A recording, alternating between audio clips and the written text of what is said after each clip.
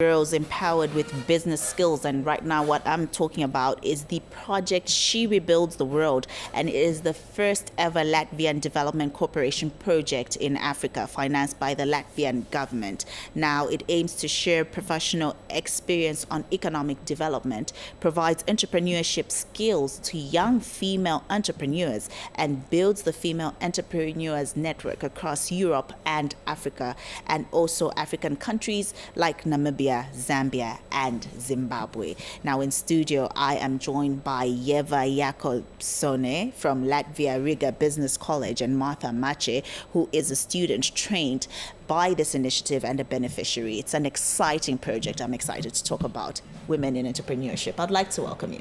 Good morning. Good morning. Thank you for having us here. Good morning. Good morning, and how are you? First of all, Yeva, let's look at this She Rebuilds the World and what it really aims at. I've given just a snippet of what it is. I think this is, I would call it's a startup project, right? Because this is the first ever Latvian Development Corporation project in Africa. It was a pilot year, so basically, it was just an idea, we need to do something in Africa. And there is also kind of like a funny story behind why I was so passionate about doing something in Africa. The new Zambian ambassador to Brazil, Mr. Glenn Michello, he was my student in Rome. I teach in Rome in university. And somehow we kind of started to talk, and I said I want to understand more about Africa, because we in Europe and also in the West, in general, we have very, very basic understanding what Africa stands for, what is happening in the continent, right? We always have these prejudices, stereotypes. So he took me here 4 years ago. I fell in love with Zambia, and I said, I want to do something. And then last year, the Ministry of Foreign Affairs of my country, Latvia, which is in the north, Scandinavian country, they said, we want to do something in Africa, in Development Corporation, project-wise.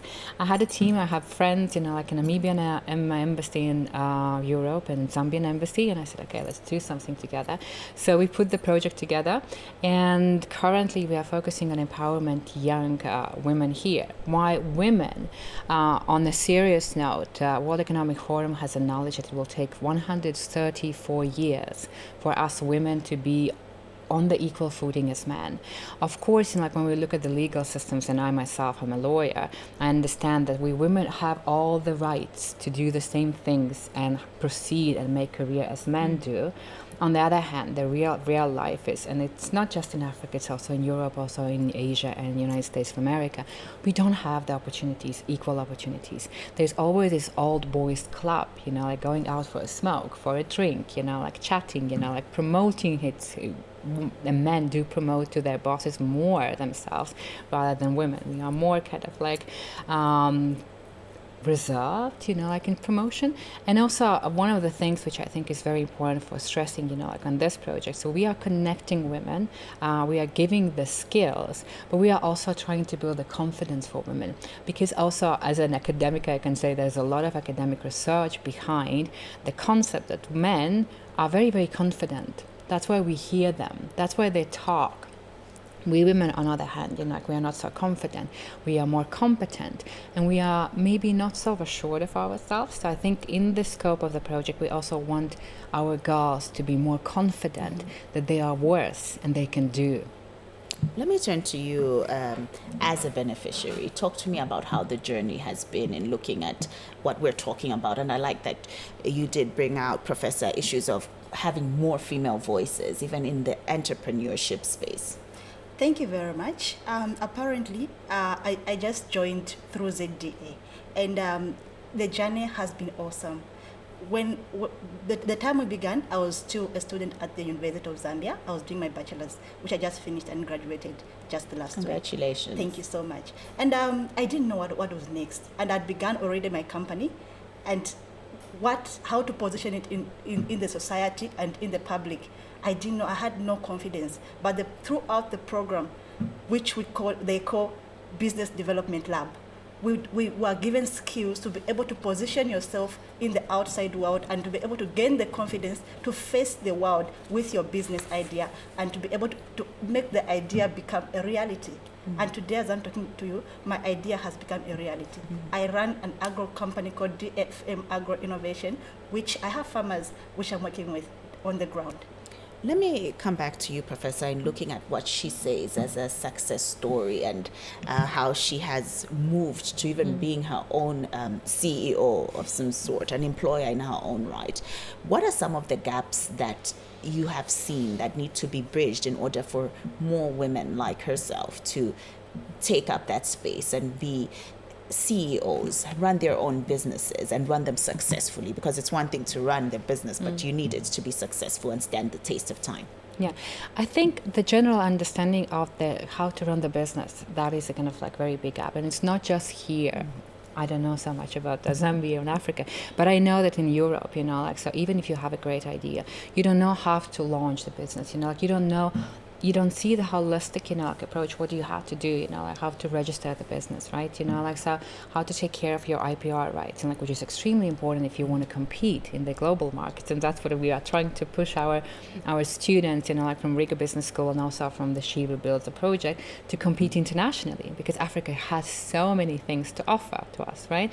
So starting from that, like and looking at the finance, marketing, accounting, all of these business disciplines, business functions, I think you can have a great idea, and we have fantastic, like chemistry students, medical students from University of Lusaka with great ideas, and I think we are trying to bridge this gap, like for them to commercialize the idea.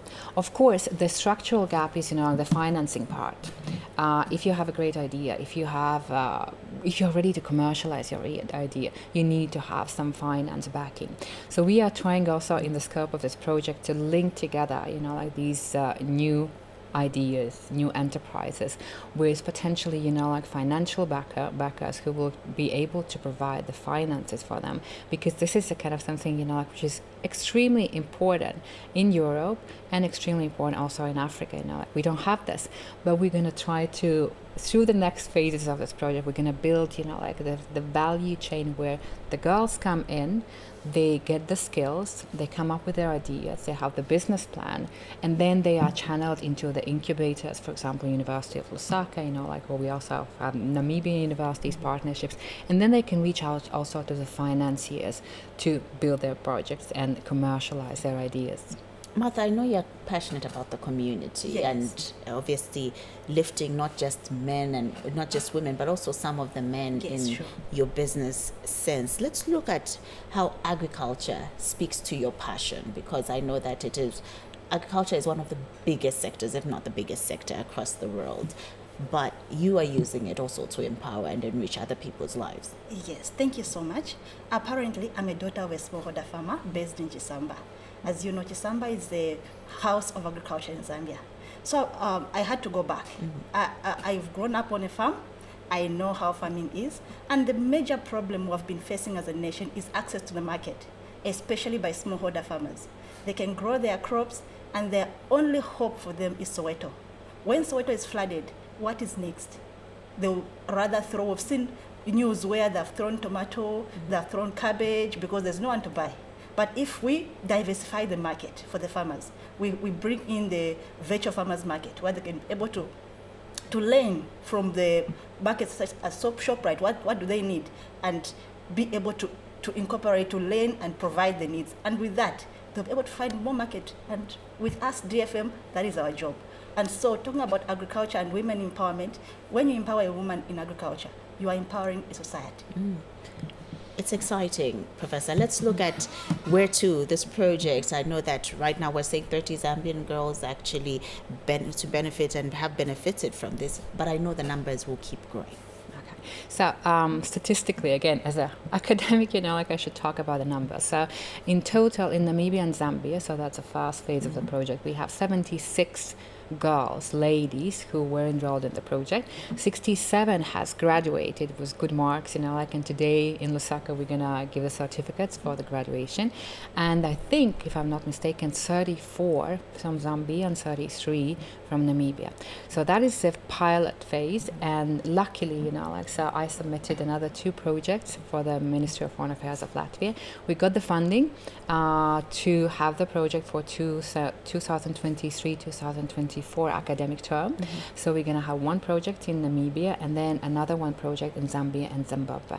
The project actually has 3 main ideas behind that. So one thing is the women empowerment skills. They're going to have the boot camp here in September.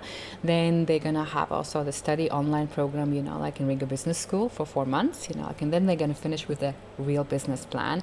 And the teams are working together, Namibian, Zambian, Zimbabwean, and Riga Business School students from all over the Europe. So it's going to be this network, which is the second path where we want to strengthen African ladies, and also for European students to connect and understand each other. Because if you don't understand, if you are not exposed to this difference, like European difference or African difference, then you're always going to stand on the sides, right? So we want to connect, and make understanding between the continents. And the third parallel, which we have also, we are having the workshops to exchange ideas and views on their business development. And then for Zambia and Zimbabwe, we have chosen the focus on agriculture, and we're going to have an EU accredited innovation expert who's going to be working with small and medium-sized companies through all the year, so basically starting in October till May, and helping them to think about how they can how can they add value to their products, right? Like if you have a commodity, how can you add the value so you sell your product with higher price and you earn a bigger margin, right? So he's going to be working with these SMEs, Masters companies, and also Zimbabwean companies, and coach them.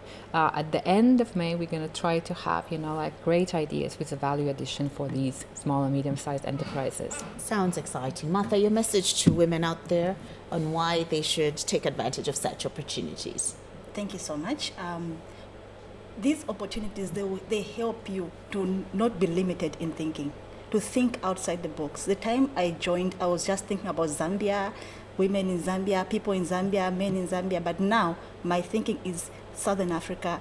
I've learned from the students in Latvia. I'm learning the culture, I've learned the artificial intelligence, and now I'm incorporating it in what I'm doing. And we continue to see smart farming. Yes. I thank you for coming today and sharing what you're doing. Such a great initiative, Professor Martha. Well done. Thank you so much. We look forward to coming to visit your business and profiling it for TV. This is where we end the update for today. Do join us tomorrow, and we will be looking at other exciting topics, and we would like you to participate. Thank you so much for joining us. My name is Chilesha Malungila. Until tomorrow, goodbye.